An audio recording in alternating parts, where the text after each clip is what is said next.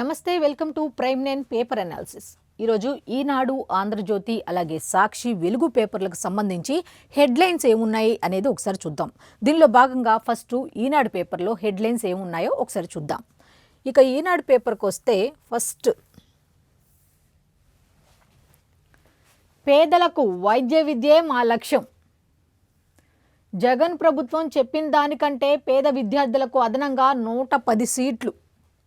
అంటే పీపీపీ విధానం గురించి వాళ్ళు రకరకాలుగా మాట్లాడుతున్నారు కదా, దానికి సంబంధించి నిన్న శాసనసభలో పూర్తి క్లారిటీ ఇచ్చినట్టుగా తెలుస్తోంది. అసలు ఏమన్నారు ఏంటి అనేది చూద్దాం. పీపీపీ అంటే ప్రైవేటీకరణ కాదు. ఈ అంశం ఎప్పుడైతే తెరపైకి వచ్చిందో అప్పటి నుంచి ఇప్పటి వరకు ఆయన ఒకటే మాట చెప్తున్నారు, పీపీపీ అంటే ప్రైవేటీకరణ కాదు, ప్రజలకు మెరుగైన సేవలు అందించే విధానం. నెక్స్ట్, గడువు పూర్తయ్యాక ఆ కాలేజీలు ప్రభుత్వానికే, వైఎస్ఆర్ కాంగ్రెస్ పార్టీ ప్రభుత్వంలా చేస్తే ఆ కాలేజీల పూర్తికి 15 ఏళ్ళు. అంటే ఏంటి, అందుబాటులో ఉన్నప్పుడు అంటే ఏంటి, పీపీపీ విధానానికి ఇవ్వటం వల్ల 2.5 ఏళ్లలో అందుబాటులోకి వస్తాయి. అలాగ కాకుండా వైఎస్ఆర్సీపీ చెప్పినట్లుగా చేస్తే ఆ కాలేజీల నిర్మాణం అవి అందుబాటులోకి రావడానికి 15 ఏళ్ళు పడుతుంది. మేము 2 ఏళ్లలోనే అందుబాటులోకి తెస్తాం. ఆసుపత్రుల్లో అనవసర సిజేరియన్లు చేయనివ్వం. శాసనసభలో ముఖ్యమంత్రి చంద్రబాబు. సేమ్ మొదటి నుంచి పీపీపీ విధానం, మెడికల్ కాలేజెస్ అనే విధానం ఎప్పుడైతే ఆ ఓడ్ అనేది బయటకు వచ్చిందో ఆయన ఒకటే చెప్తున్నారు, నిరుపేదలకు వైద్యాన్ని అందించాలి అంటే ఏం చేయాలి అంటే 20 ఏళ్లకు అప్పుడు దాకా ఎదురు చూద్దామా సేవలు అందించడానికి, లేదు ఈ 2.5 ఏళ్లలో పీపీపీ విధానం ద్వారా ప్రైవేట్ వాళ్ళకు అప్పజెప్పించి వాళ్ళతో కంప్లీట్ చేయించి ఈ 2.5 ఏళ్లలో సేవలు అందించడం ఇంపార్టెంటా అనేది ఆయన ఫస్ట్ నుండి చెప్తున్నారు. దాని గురించి మళ్ళీ శాసనసభలో కూడా ఇంకా అర్థమయ్యేలాగా, ఎందుకంటే జనంలోకి ఈ పీపీపీ విధానాన్ని మాత్రం చాలా వక్రీకరించే విధానంగా తీసుకెళ్ళిపోయారు, బ్యాడ్గా తీసుకెళ్ళిపోయారు. సో చాలామంది కూడా దీని గురించే డిస్కస్ చేసుకుంటున్నట్టుగా తెలుస్తోంది. అయితే శాసనసభలో ఇంకా క్లారిటీ ఇస్తే బాగుంటుంది అన్న ఉద్దేశంతో దీని మీద నిన్న శాసనసభలో చాలా వివరంగా చెప్పినట్టుగా తెలుస్తుంది. అసలు ఏమన్నారు ఏంటి అనేది కూడా ఇంకొకసారి చూద్దాం. పేదలకు వైద్య విద్యను అందుబాటులోకి తేవడమే తమ ప్రభుత్వ లక్ష్యమని ముఖ్యమంత్రి నారా చంద్రబాబు నాయుడు ప్రకటించారు. తమ ప్రభుత్వం 10 వైద్య కళాశాలల నిర్మాణం ప్రభుత్వ ప్రైవేటు భాగస్వామ్య పీపీపీ విధానంలో చేపట్టడం వల్ల జగన్ ప్రభుత్వం ఇస్తామన్న దానికంటే పేద విద్యార్థులకు అదనంగా 110 సీట్లు అందుబాటులోకి తీసుకువస్తాం, అవి వస్తాయి కూడా అంటున్నారు. వైఎస్ఆర్ కాంగ్రెస్ పార్టీ ప్రభుత్వం అనుసరించిన పద్ధతిలో వైద్య కళాశాలలు పూర్తవడానికి కనీసం 15 ఏళ్లు పడుతుందని, తమ ప్రభుత్వం పీపీపీ విధానంలో 2 ఏళ్లలోనే వాటిని అందుబాటులోకి తెస్తుందని స్పష్టం చేశారు. 2.5 ఏళ్ళు కూడా కాదు, 2 ఏళ్లలోనే. నెక్స్ట్, వైద్య కళాశాలల్ని ప్రైవేటు పరం చేస్తున్నారంటూ వైఎస్ఆర్ కాంగ్రెస్ పార్టీ నాయకులు తప్పుడు ప్రచారం చేస్తున్నారని మండిపడ్డారు. పీపీపీ అంటే ప్రైవేటు పరం చేయడం కాదని, ప్రైవేటు భాగస్వామ్యంతో ప్రజలకు మరింత మెరుగైన సేవలు అందించేందుకు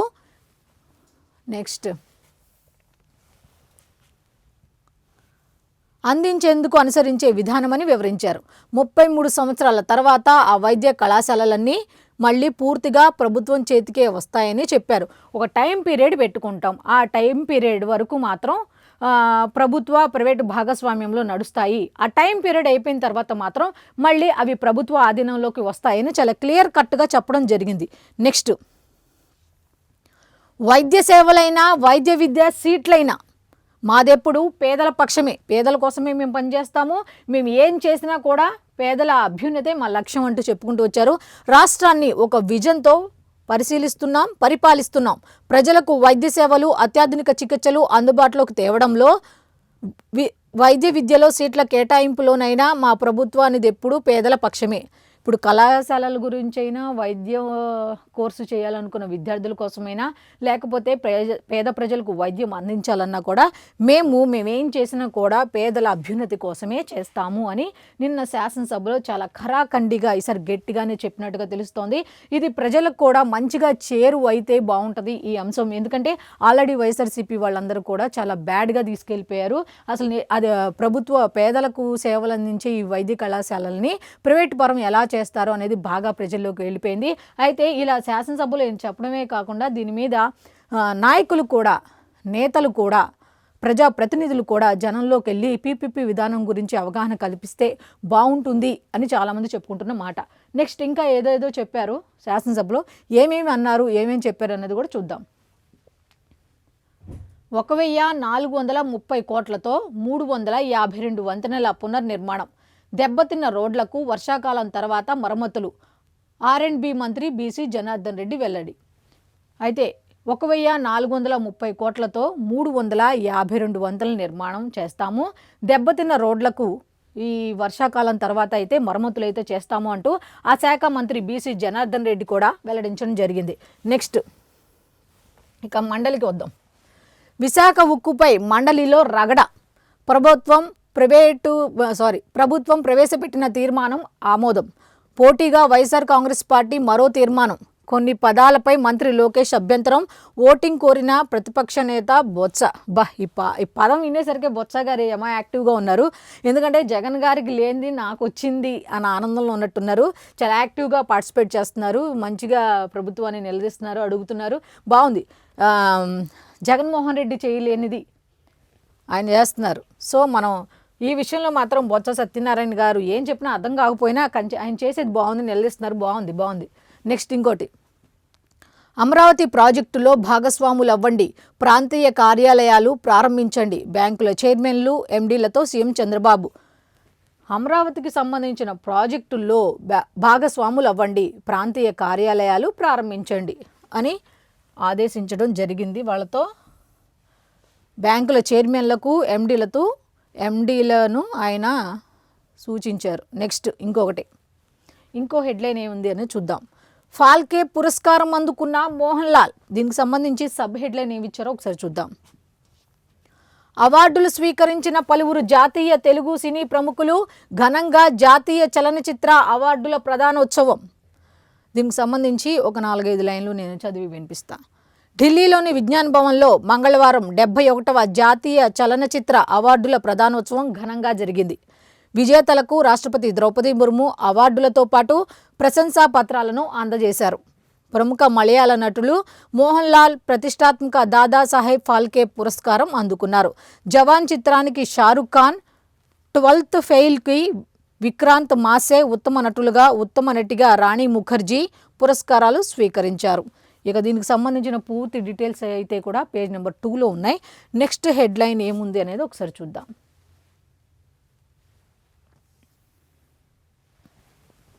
నెక్స్ట్, విశాఖకు టెక్ దిగ్గజం యాక్సెంచర్.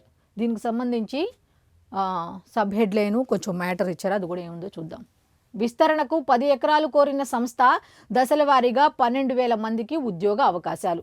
ప్రభుత్వం సంస్థ మధ్య కొనసాగుతున్న చర్చలు ఇంకా పెట్టాలనుకుంటున్నారు. దీని ద్వారా ఏమవుతుందంటే 12,000 మందికి ఉద్యోగ అవకాశాలు, ఉపాధి అవకాశాలు లభించే ఛాన్స్ ఉంది. కాబట్టి ఇంకా దానికి ఈ సంస్థకిను ప్రభుత్వానికి మధ్య చర్చలు కొనసాగుతున్నట్టుగా తెలుస్తోంది.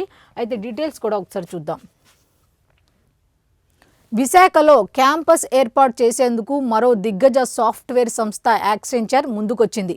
ఈ ప్రాజెక్టు ద్వారా దశల వారీగా సుమారు 12,000 ఉద్యోగాలు కల్పిస్తామని, 10 ఎకరాల స్థలం కేటాయించాలని రాష్ట్ర ప్రభుత్వాన్ని కోరింది. అయితే 10 ఎకరాల స్థలం కావాలి, 12,000 మందికి జాబ్ అయితే వస్తుంది, ఉద్యోగ అవకాశాలు మేము కల్పిస్తామని చెప్పడం జరిగింది.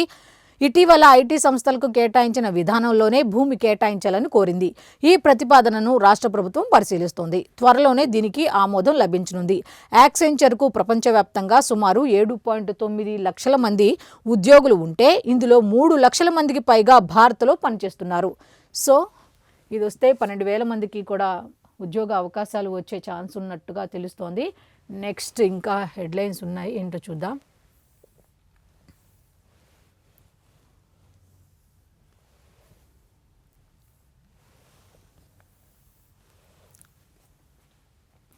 ఉత్తమాటలే చేతల్లేవు.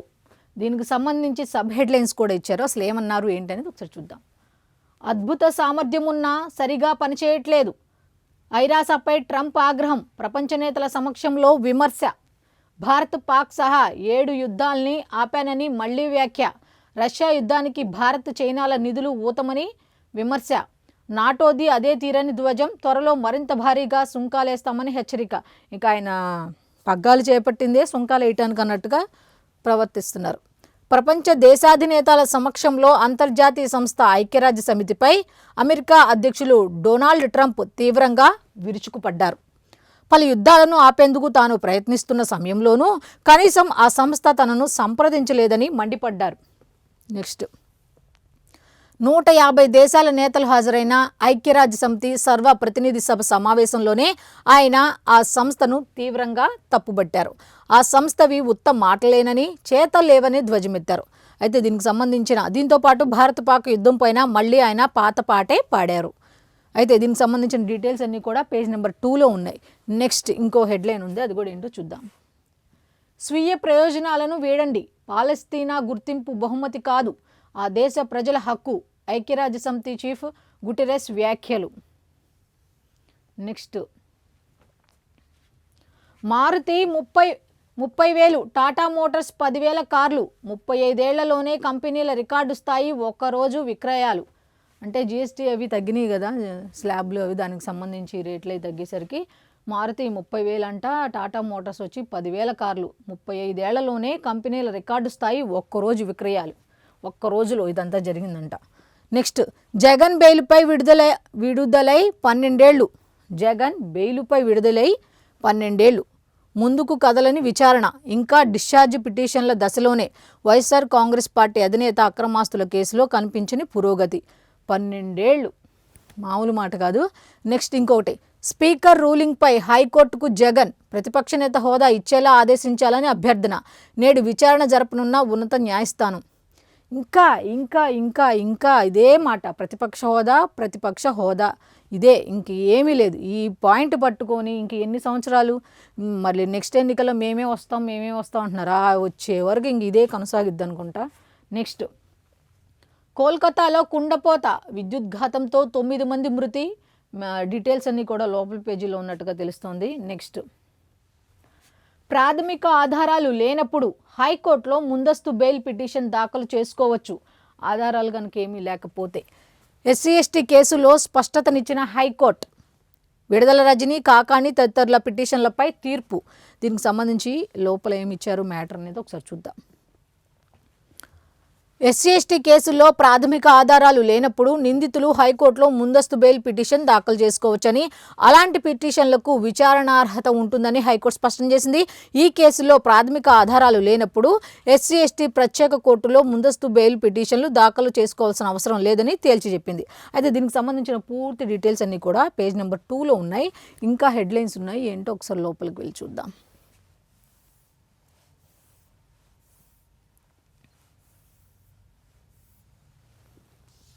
నెక్స్ట్ మనం ఈరోజు మాట్లాడుకోవాల్సిన ఫస్ట్ పాయింట్ ఏంటంటే ఇదే, భక్తితో విరాళం, తృప్తితో ప్రణామం. 7 కొండలవాడి సన్నిధిలో దాతలకు ఎన్నో సౌకర్యాలు.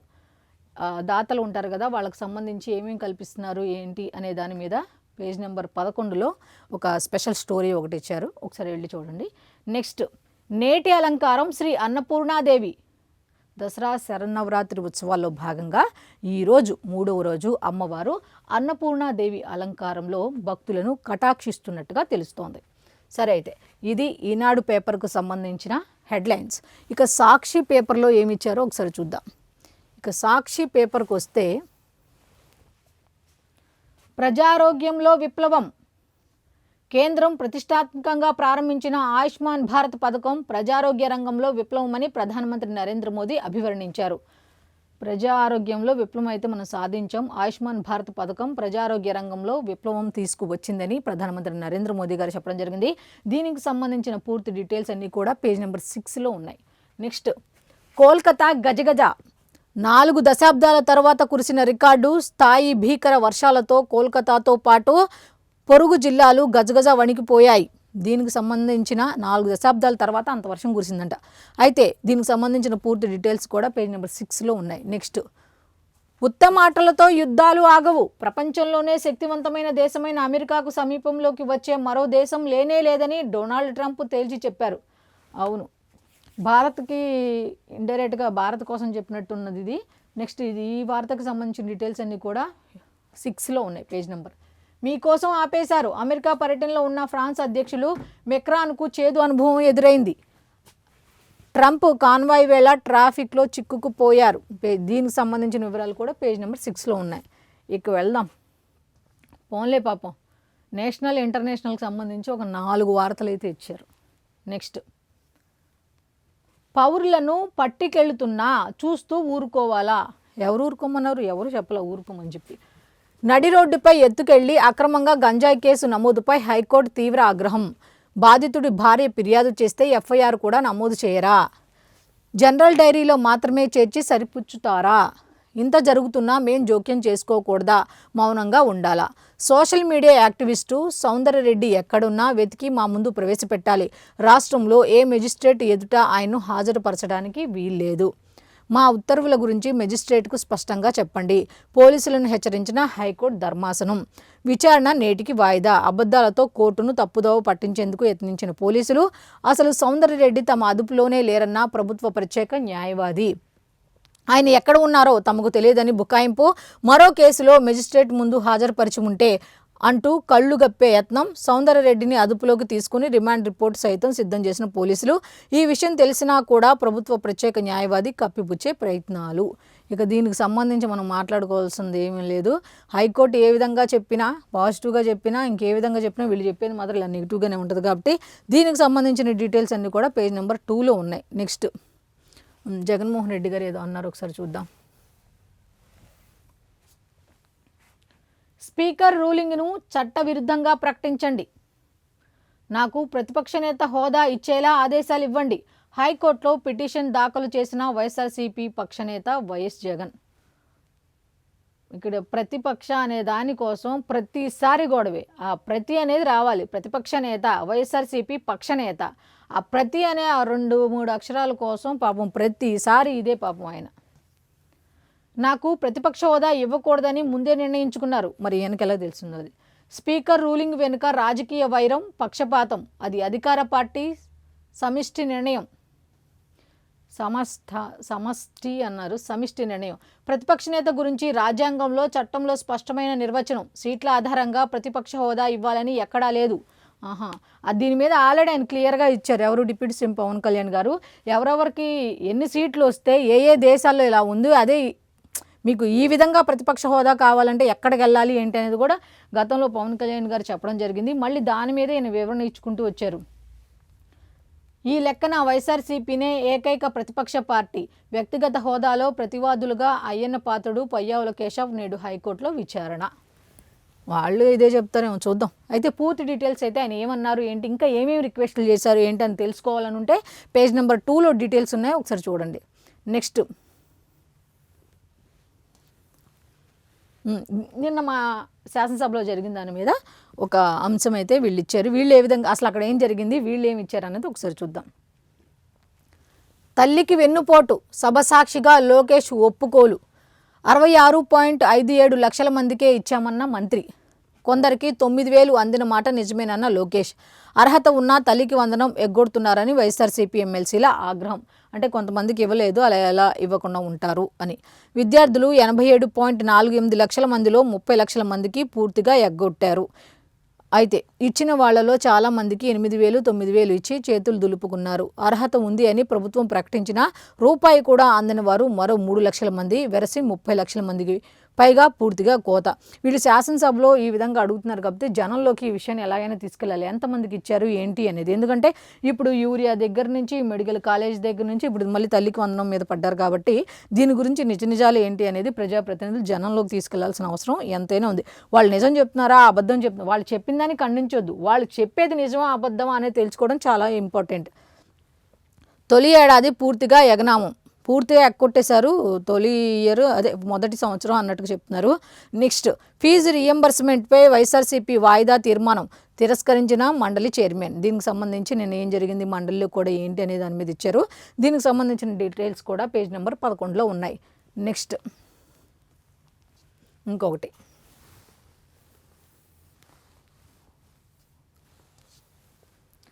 సినిమాల్లో మహిళలకు సమాన అవకాశాలు కల్పించాలి. 71వ జాతీయ చలనచిత్ర పురస్కారాల ప్రధానోత్సవంలో రాష్ట్రపతి ముర్ము. పేజ్ నెంబర్ 13లో పూర్తి డీటెయిల్స్ ఉన్నాయి. దాదా ఫాల్కే అవార్డు ఇచ్చారు. దాదా సాహెబ్ ఫాల్కే అవార్డు గ్రహీత మోహన్ లాల్, ఉత్తమ నటులు షారుఖ్ ఖాన్, విక్రాంత్, ఉత్తమ నటి రాణి ముఖర్జీ నిన్న అవార్డులు అందుకున్న వాళ్ళు, వాళ్ళ దాదా సాహెబ్ ఫాల్కే అవార్డు అందుకున్న వాళ్ళు. నెక్స్ట్ సర్కారు ఉక్కు జిత్తులు. శాసనమండలి సాక్షిగా బయటపడిన చంద్రబాబు ప్రభుత్వ ద్వంద్వ వైఖరి. దీనికి సంబంధించి డీటెయిల్స్ కూడా ఒకసారి చూద్దాం. విశాఖ ఉక్కు పరిశ్రమ పరిరక్షణకు వైఎస్ఆర్సీపీ తీర్మానం. ప్రవేశపెట్టిన ప్రతిపక్ష నేత బొత్స సత్యనారాయణ మద్దతు తెలపకుండా కూటమి ప్రభుత్వం దాటవేత. కేంద్రానికి ధన్యవాదాలు తెలుపుతూ వేరుగా తీర్మానం. మూజువాణి ఓటుతో వైఎస్ఆర్సీపీ తీర్మానం ఆమోదం. దీనికి సంబంధించిన డీటెయిల్స్ కూడా పేజ్ నెంబర్ 10లో ఉన్నాయి. నెక్స్ట్ రోడ్డున పడుతున్నాం, గోతులపై ప్రజలు దుమ్మెత్తిపోస్తున్నారు. కూటమి ఎమ్మెల్యేల గగ్గోలు. ఏడాదిన్నరైనా రోడ్లు వేయలేదని ప్రభుత్వంపై ఆగ్రహం. అవును నిజమేనంటూ మంత్రి బీసీ జనార్దన్ రెడ్డి సమాధానం. అక్కడ జరిగింది ఒకటి, వీళ్ళు రాస్తున్నది ఒకటి. నెక్స్ట్ దీనికి సంబంధించి పేజ్ నెంబర్ 10లో అయితే పూర్తి డీటెయిల్స్ ఉన్నాయి. నెక్స్ట్ పీపీపీ విధానంతోనే సంపద సృష్టి. పోన్లేండి, శాసనసభకు సంబంధించి అది ఎప్పుడైతే స్టార్ట్ అయిందో ఆ రోజు నుంచి ఈరోజు నిన్నటి వరకు అనుకుంటా శాసనసభకు సంబంధించి అక్కడ ఏం జరిగింది ఏంటనే డిస్కషనే లేదు. కాకపోతే ఒక నిన్నటి నుంచి అనుకుంటా 1-2 ఇస్తే ఈరోజు బాగానే ఇచ్చారు, 2-3 ఐటమ్స్ ఇచ్చారు. చూద్దాం. పీపీపీ విధానంతోనే సంపద సృష్టి. ముఖ్యమంత్రి చంద్రబాబు 2 ఏళ్లలో పీపీపీలో 10 మెడికల్ కాలేజీలు, ప్రతి నియోజకవర్గంలో ఇదే విధానంలో 100 పడకల ఆసుపత్రులు. కృష్ణా నెల్లూరు జిల్లాలో అత్యధికంగా డయాబెటిక్ కేసులు, డాక్టర్ల డబ్బుల కక్కుర్తి వల్లే సిజేరియన్ ఆపరేషన్లు అంటూ పాజిటివ్గా చెప్తూనే దాంట్లో నెగిటివ్ కోణం తీసుకుని వచ్చారు. నెక్స్ట్ దీనికి సంబంధించిన పూర్తి డీటెయిల్స్ అయితే కూడా పేజ్ నెంబర్ 11లో ఉన్నాయి. అయితే సాక్షి పేపర్కి సంబంధించిన పేపర్ హెడ్లైన్స్ అయితే ఇవి. నెక్స్ట్ ఆంధ్రజ్యోతికి వెళ్దాం. ఆంధ్రజ్యోతిలో ఏమి ఇచ్చారనేది కూడా ఒకసారి చూద్దాం. ఫస్ట్ ఘనంగా జాతీయ సినీ అవార్డుల ప్రధానోత్సవం. రాష్ట్రపతి ముర్ము చేతుల మీదుగా ప్రదానం. దాదా సాహెబ్ ఫాల్కే అందుకున్న మోహన్ లాల్, ఉత్తమ నటుడి అవార్డును సంయుక్తంగా తీసుకున్న షారుఖ్ ఖాన్, విక్రాంత్ మస్సే. ఉత్తమ నటి అవార్డు స్వీకరించిన రాణి ముఖర్జీ. నెక్స్ట్ ఇంకొకటి, విద్యుత్ దీపాలతో కాంతులీనుతున్న తిరుమల శ్రీవారి ఆలయం. బ్రహ్మాండ నాయకుడి బ్రహ్మోత్సవం. వేడుకలకు వైభవంగా అంకురార్పణ. నేడు ధ్వజారోహణం. పెదశేష వాహన సేవ. పట్టు వస్త్రాలు సమర్పించనున్న సీఎం చంద్రబాబు. నెక్స్ట్ దీనికి సంబంధించి నెక్స్ట్ హెడ్లైన్, ఆంధ్రజ్యోతికి సంబంధించి నెక్స్ట్ హెడ్లైన్ ఏంటంటే ప్రగతికి మార్గం పీపీపీలే, పేదలకు ఆరోగ్య భద్రత మా బాధ్యత. పీపీపీ విధానం గురించి ఇందాక మనం మాట్లాడుకున్నట్టు స్పష్టంగా మళ్ళీ చెప్పారు. వీళ్ళు ఏమి ఇచ్చారనేది కూడా ఒకసారి చూద్దాం. పేదలకు ఆరోగ్య భద్రత మా బాధ్యత, ప్రైవేటుకి ఇవ్వడం లేదు. పీపీపీ కింద మెడికల్ కాలేజీలను నిర్మించి నిర్వహించి 33 ఏళ్ల తర్వాత తిరిగిస్తారు. వైసీపీలా కట్టాలంటే 23 ఏళ్లు పడుతుంది. ఫేక్ ప్రచారాలు నమ్మొద్దు. ప్రతి నియోజకవర్గంలోనూ 100 పడకల ఆసుపత్రి నిర్మిస్తాం. 90% సిజేరియన్లు ప్రైవేటు ఆసుపత్రుల్లోనే. ఇది ప్రమాదకర ధోరణి, వెంటనే కట్టడి చేయాలి. నిజంగా చెప్పాలంటే ఇది మాత్రం లాస్ట్ పాయింట్ 100% కరెక్ట్ అన్నమాట. నెక్స్ట్ ఇంకా ఏమి ఇచ్చారు ఏంటి అనేది ఒకసారి చూద్దాం.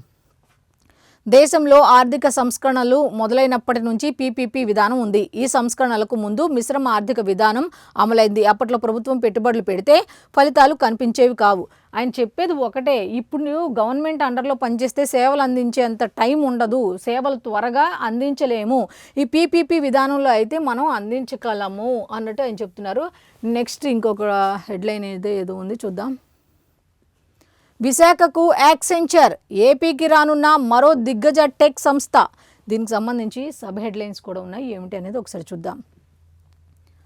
10 ఎకరాల కోసం దరఖాస్తు, 12,000 ఉద్యోగాలు కల్పిస్తామని హామీ. ఐటీ హబ్గా మారుతున్న వైజాగ్. ఇప్పటికే టీసీఎస్, కాగ్నిజెంట్ సిద్ధం. ప్రభుత్వ పాలసీతో కంపెనీల క్యూ. అనుబంధ కంపెనీలు వస్తాయంటున్న ఐటీ నిపుణులు. అభివృద్ధి చెందాలి అనుకుంటే పరిశ్రమలు రావాలి, పరిశ్రమల ద్వారా ఉపాధి అవకాశాలు పెరగాలి అన్నట్టుగా చంద్రబాబు నాయుడు గారు ఏ విధంగా ఆలోచించారో అదే విధంగా పరిశ్రమలు కూడా స్థాపించడానికి ముందుకు వస్తున్నట్టుగా తెలుస్తుంది. దీనికి సంబంధించిన పూర్తి డీటెయిల్స్ కూడా పేజ్ నెంబర్ 14లో ఉన్నాయి. నెక్స్ట్ రాష్ట్రంపై 2 ఏరోస్పేస్ సంస్థల ఆసక్తి. చిన్న విమానాల తయారీ యూనిట్ స్థాపనకు మనో ఎయిర్ క్రాఫ్ట్ సంసిద్ధత. విమానాల కంట్రోల్ సిస్టమ్స్ హార్డ్వేర్ ఉత్పత్తి యూనిట్ ఏర్పాటుకు డెలాఫ్ట్ సిద్ధం.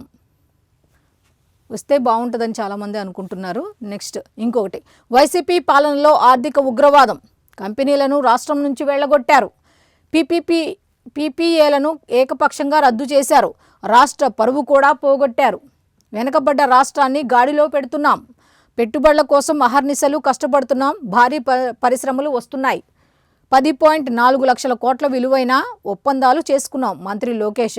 ఇదివరకైతే వైఎస్ఆర్సీపీ హయాంలో పరిశ్రమలు పెట్టడానికి కూడా ఎవరు వచ్చేవాళ్ళు కాదు. ఈ విధి విధానాలు చూసి ఉన్నోళ్ళు కూడా పారిపోయారు. మొన్న కూడా మనం మాట్లాడుకున్నాం. సో ఇప్పుడు ఈ కూటమి ప్రభుత్వం వచ్చిన తర్వాత చాలామంది పరిశ్రమలు పెట్టడానికి ముందుకు వస్తున్నారు. ఇలా పెడితే ఏంటంటే బాగుంటుంది, విధానం కూడా బాగుంటుంది, రాష్ట్రం కూడా డెవలప్ అవుతుంది అన్నట్టుగా చెప్తున్నారు. నెక్స్ట్ మళ్ళీ మొదలు, మండలిలో మంటలు, విశాఖ ఉక్కు ఫీజు బకాయిలపై వాడి వేడి చర్చ. మండలిలో, శాసన మండలిలో కూడా ఏం జరిగింది ఏంటి అని ఇచ్చారు. దీనికి సంబంధించి డీటెయిల్స్ అయితే 12వ పేజీలో ఉన్నాయి, సబ్ హెడ్లైన్స్ ఉన్నాయి, ఒకసారి చూద్దాం. విశాఖ ఉక్కు ప్రైవేటీకరణ జరగదు, 100 సార్లు చెప్పినా అర్థం కాదా, ప్లాంట్ను కాపాడుకోవడానికి 14,000 కోట్లు తెచ్చాం, వైసీపీపై లోకేష్ ధ్వజం.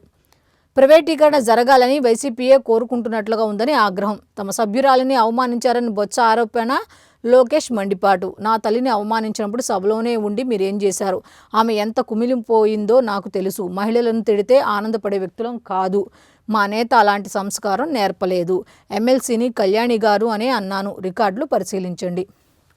ఎంత తప్పుదోవా అంటే ఆ వీడియోస్ అన్నీ చూస్తే అప్పుడు అర్థమవుతుంది.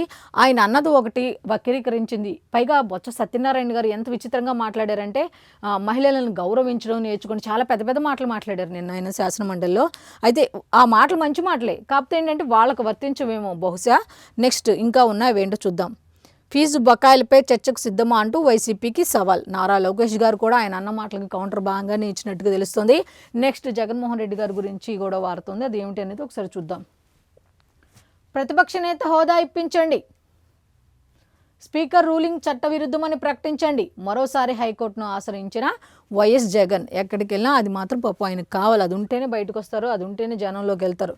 నెక్స్ట్, శాసనసభలో తనను ప్రతిపక్ష నేతగా గుర్తించాల్సిందిగా ఆదేశాలు ఇవ్వాలంటూ పులివెందుల ఎమ్మెల్యే మాజీ ముఖ్యమంత్రి వైఎస్ జగన్మోహన్ రెడ్డి మరోసారి హైకోర్టును ఆశ్రయించారు. తనను ప్రతిపక్ష నేతగా గుర్తించేందుకు నిరాకరిస్తూ స్పీకర్ అయ్యన్న పాత్రుడు ఈ ఏడాది ఫిబ్రవరి 5న ఇచ్చిన రూలింగ్ను చట్టవిరుద్ధమైనదిగా ప్రకటించాలని, దానిని రద్దు చేయాలని కూడా కోరారు. దీనికి సంబంధించి పూర్తి డీటెయిల్స్ అన్నీ కూడా పేజ్ నెంబర్ 12లో ఉన్నాయి, ఒకసారి చూడండి. ఆయన ఏం కోరినా అదే కోరుతారు, నాకు ప్రతిపక్ష హోదా ఉంటేనే నేను వెళ్తా జనంలోకి, లేకపోతే నేను వెళ్ళను శాసనసభకు. నన్ను కనుక మీరు శాసనసభలో చూడాలి అనుకుంటే నాకు అది ఇవ్వండి, అంతే ఆయన చెప్పేది. మిగతా రూల్స్ రెగ్యులేషన్స్ దానికేం సంబంధం లేదు. వైసీపీ ఎమ్మెల్యేలపై ఎథిక్స్ కమిటీ దృష్టి, సభకు రాకుండా సంతకాలు పెట్టడం, జీతభత్యాలు తీసుకోవడంపై చర్చ, తదుపరి సమావేశంలో తుది నిర్ణయం. వెళ్ళకపోయినా ఇచ్చేస్తున్నారు కాబట్టి వాళ్ళు పెద్ద లైట్ తీసుకున్నట్టున్నారు, కాకపోతే అలా ఎలా ఊరుకుంటాం అన్నట్టుగా వీళ్ళు మాట్లాడుతున్నారు. చూద్దాం, ఏదో తదుపరి సమావేశంలో ఫైనల్ డెసిషన్ తీసుకుంటారంట, అది కూడా చూద్దాం. నెక్స్ట్, స్వర్ణం సరికొత్త గరిష్టం. 1,00,000 అంటే ఆశ్చర్యంగా ఉండేది, 1,20,000కి వచ్చేసింది. 10 గ్రాముల ధర 1,18,900 రూపాయలు. ఒక్క రోజులోనే 2,700 పెరుగుదల. అదే బాటలో వెండి 3,220 రూపాయలు పెరిగి కిలో 1.39 లక్షలకు చేరిన వైనం. అది తలుచుకుంటేనే నోరు తడబడుతుంది బంగారం రేటు. ఇక కొనాలంటే సామాన్యులకు అసలు అందుబాటులో లేనే లేదు. నెక్స్ట్, 64.75 టీఎంసీలు ఇవ్వాలి, పోలవరం బనకచెర్ల అనుసంధానిస్తే కృష్ణా వాటాలో ఆ మేరకు కేటాయించాలి, ఇప్పటికే పట్టిసీమ నుంచి 80 టీఎంసీలు ఏపీ ప్రభుత్వం కృష్ణాలోకి ఎత్తిపోస్తోంది, కొత్త పేచీ లేవనెత్తిన కర్ణాటక సర్కార్. కేంద్ర జలశక్తి అదనపు కార్యదర్శికి లేక కృష్ణా బేసిన్ కాదు వాటా ఇవ్వక్కర్లేదు అంటూ ఏపీ. ఇటు కర్ణాటక ఏమో ఒక రకంగా చెప్తుంది, ఏపీ అయితే అసలు మేము ఇవ్వనే అక్కర్లేదని చెప్పి ఏపీ చెప్తుంది. దీనికి సంబంధించిన పూర్తి డీటెయిల్స్ కూడా పేజ్ నెంబర్ 14లో ఉన్నాయి. నెక్స్ట్, నల్లమలలో 87 పెద్ద పులులు ట్రాప్ కెమెరాల ద్వారా గుర్తించాం, ప్రాజెక్ట్ టైగర్ డిప్యూటీ డైరెక్టర్ వెల్లడి. దీనికి సంబంధించిన డీటెయిల్స్ కూడా 14 ఉన్నాయి. నల్లమల అడవుల్లో 87 పెద్ద పులులు ఉన్నట్టుగా తెలుస్తుంది. నెక్స్ట్, 33 కోట్లు కొట్టాలి, గోవాలో సెటిల్ అవ్వాలి, 10 చోరీల్లోనే 3 కోట్లు దోపిడీ. నెలకో లగ్జరీ కారు, 2 లక్షల అద్దెతో విల్లా, కోటీశ్వరుడిది బిల్డప్ చేసేది దొంగతనాలు, 5 రాష్ట్రాల్లో 90కి పైగా కేసులు. ఇది బత్తుల ప్రభాకర్ రావు నేర చరిత్ర. నేరం ఎలా చేయాలో స్క్రిప్ట్ రాసుకొని సీసీ కెమెరాలకు దొరకకుండా జాగ్రత్త, కోర్టు నుంచి తీసుకెళ్తుండగా పరారి. స్క్రిప్ట్ కూడా రాసుకున్నాడంట. దీనికి సంబంధించి పేజ్ నెంబర్ 14లో ఉంది. స్క్రిప్ట్ రాసుకున్న మరి దొంగతనం చేస్తున్నాడంట ఆయన. అమరావతిపై వ్యతిరేక పోస్టులు, జీఎస్టీ అధికారిపై సస్పెన్షన్ వేటు. సుభాష్ వివరణను తిరస్కరించిన ప్రభుత్వం, వ్యక్తిగతంగా రాసుకునే ఫేస్బుక్ వ్యాఖ్యలపై ప్రభుత్వం స్పందించడం ఏమిటని ఆయన ప్రశ్న. విమర్శలతో ప్రజాస్వామ్యం బలపడుతుందని సుప్రీంకోర్టు సైతం చెప్పిందని వాదన. నిర్మాణాత్మక విమర్శలకు కువిమర్శలకు మధ్య తేడా ఉంటుందని ప్రభుత్వం స్పష్టీకరణ. అమరావతిపై వ్యతిరేక పోస్టులు పెడుతున్నారు, జీఎస్టీ అధికారిపై సస్పెన్షన్ వేటు. పనిచేస్తూనే మళ్ళీ దాని గురించి. నేరాల్లో నాకు సహకరించింది వీరే, పోలీసు అధికారులు ప్రముఖుల పేర్లు బయటపెట్టిన కీలేడి అరుణ నేటి మధ్యాహ్నంతో ముగియనున్న కస్టడీ. దీనికి సంబంధించిన డీటెయిల్స్ అన్నీ కూడా పేజ్ నెంబర్ 14లో ఉన్నాయి. నెక్స్ట్, జీఎస్టీ తగ్గించలేదా, డయల్ 1915 అంటే జీఎస్టీ తగ్గిందా లేదా. వాళ్ళు తగ్గించకపోతే ఒకవేళ రేట్ మీకు తెలిసిందనుకో, అయినా తగ్గలేదు అంటే వాళ్ళు టోల్ ఫ్రీ నెంబర్ కూడా ఇచ్చారు, ఆ నెంబర్కి కాల్ చేస్తే సరిపోద్దంట. 1915 1915 ఇది అందరూ గుర్తుపెట్టుకోండి, అందరికీ ఉపయోగం ఇది. ఒకవేళ అది కాదు అనుకుంటే 8800001915 ఆ నెంబర్కి వాట్సాప్ చేయాలట. ఫిర్యాదులకు కేంద్రం ప్రత్యేక నెంబర్లు. ధరలు తగ్గించి అమ్ముతున్నారా లేదా, ఈ కామర్స్ సంస్థలపై కేంద్రమారా. 1 నుంచి ఆధార్ ఫీజుల పెంపు. దీనికి సంబంధించిన పూర్తి డీటెయిల్స్ అయితే పేజ్ నెంబర్ 2లో ఉన్నాయి. ఇక ఇప్పుడు దాకా మనం ఈనాడు, సాక్షి, ఆంధ్రజ్యోతి చూసాం. ఇక వెలుగు పేపర్లో తెలంగాణకు సంబంధించి ఏమి హెడ్లైన్స్ ఇచ్చారు అనేది ఒకసారి చూద్దాం.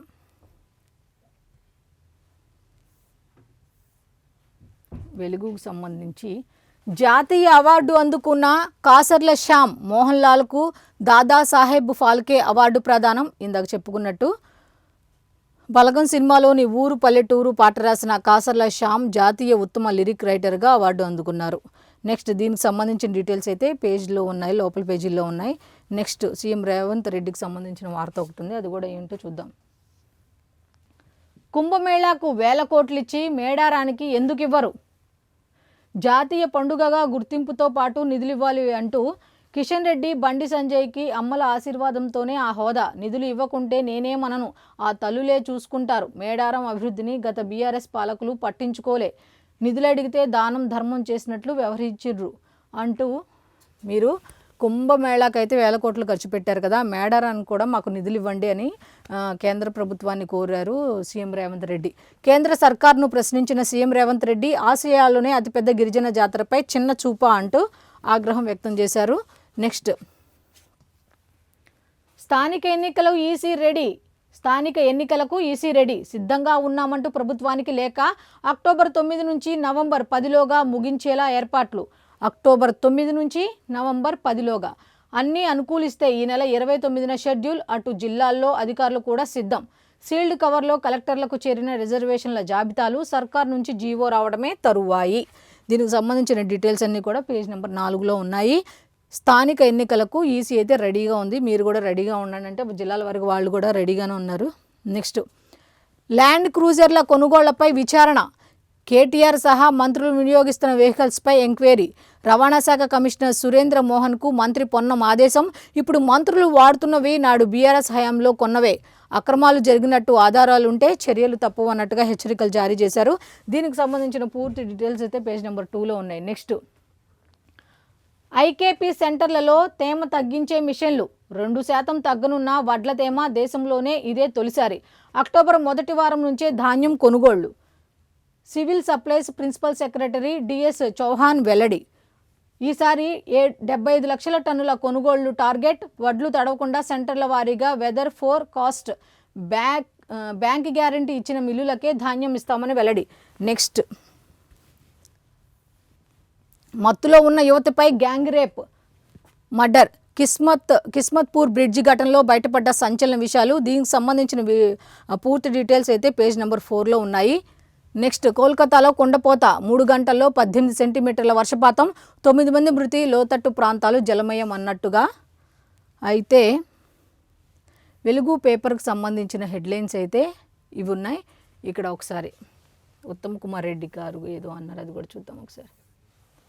కృష్ణాలో 763 టీఎంసీలు ఇవ్వాల్సిందే, బ్రజేష్ కుమార్ ట్రిబ్యునల్ ముందు తెలంగాణ వాదనలు వినిపించింది. కృష్ణాలో 763 టీఎంసీలు ఇవ్వాల్సిందే అన్నట్టుగా స్పష్టంగా చెప్పినట్టు తెలుస్తోంది. తెలంగాణ సంస్కృతికి ప్రతీక బతుకమ్మ, మంత్రి వివేక్.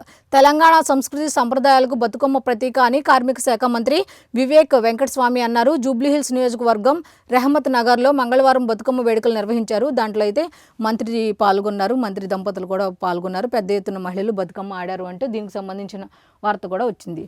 సో ఇప్పుడైతే మనం ఈనాడు, ఆంధ్రజ్యోతి, సాక్షి అలాగే వెలుగు పేపర్లకు సంబంధించిన డీటెయిల్స్ అయితే చూసాం. సో ఇది ఈనాటి పేపర్ అనాలిసిస్. మళ్ళీ రేపటి అనాలిసిస్లో కలుద్దాం. అంతవరకు సెలవు, నమస్కారం.